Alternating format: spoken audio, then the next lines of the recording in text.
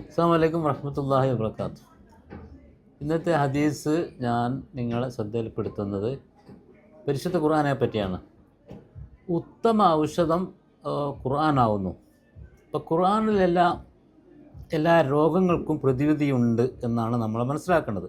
പരിശുദ്ധ ഖുർആനിൽ നമ്മൾ എന്താ പറയേണ്ടത്, അർത്ഥമറിയാതെ ഓതിയത് കൊണ്ടോ വായിച്ചു കൊണ്ടോ ഒരു കാര്യമില്ല. അപ്പോൾ ഇത് വളരെ കൃത്യമായി അർത്ഥം അറിഞ്ഞ് വായിക്കുകയാണെങ്കിൽ അത്ഭുതങ്ങളിൽ അത്ഭുതമാണ് ഖുർആൻ. അള്ളാഹുവിൻ്റെ വേദഗ്രന്ഥത്തിൽ അവസാനത്തെ വേദഗ്രന്ഥമാണ് ഖുർആൻ എന്ന് അറിയാലോ. അതുകൊണ്ട് ഈ ഒരു ഗ്രന്ഥത്തെപ്പറ്റി പഠിക്കുകയും പിന്നെ രോഗങ്ങൾക്കെല്ലാം വളരെ ഉത്തമ ഔഷധം കൂടിയാണ്. അത് മന്ത്രിച്ച് ചില സൂറത്തുകളൊക്കെ മന്ത്രിച്ച് ഊതിക്കഴിഞ്ഞാൽ അതിന് പിന്നെ ശിഫ കിട്ടും, സുഖം കിട്ടുമെന്നാണ് റസൂലുള്ളാഹി സ്വല്ലല്ലാഹു അലൈഹി വസല്ലം പ്രബലമായ ഹദീസാണ്.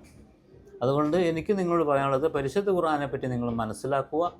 അറ്റ്ലീസ്റ്റ് ചെറിയ ചെറിയ സൂറത്തുകളെങ്കിലും അതിൻ്റെ അർത്ഥവും വ്യാഖ്യാനവും മനസ്സിലാക്കി നിങ്ങൾ അതൊന്ന് ജീവിതത്തിൽ പകർത്തിയാൽ എല്ലാ കാര്യങ്ങൾക്കും, എല്ലാ രോഗങ്ങൾക്കും, മാനസിക രോഗങ്ങളായാലും ശരീര രോഗങ്ങളും എല്ലാ രോഗങ്ങൾക്കും അതിൽ ഉത്തമമായ ഔഷധം ഉണ്ട് എന്നാണ് ഇത് സംബന്ധമായിട്ട് എനിക്ക് നിങ്ങളുടെ ശ്രദ്ധയിൽപ്പെടുത്താനുള്ളത്. നിർത്തുകയാണ്. അസ്സലാമു അലൈക്കും വറഹ്മത്തുള്ളാഹി വബറകാതുഹു.